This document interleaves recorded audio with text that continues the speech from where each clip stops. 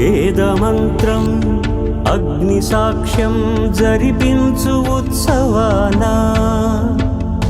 పసుపు కుంకాలు పంచభూతాలు కొలువైన మండపాన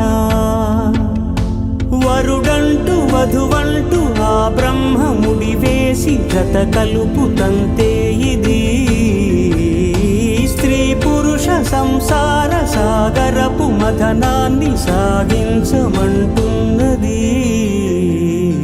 జన్మంటూ పొంది జన్మివ్వలేని మనుజునకు సార్థక్యముండదు కదా. మనుగడను నడిపించు కళ్యాణమును మించి లోక కళ్యాణమే లేదుగా. కళ్యాణం వైభోగం ఆనందరాగాల శుభయోగం.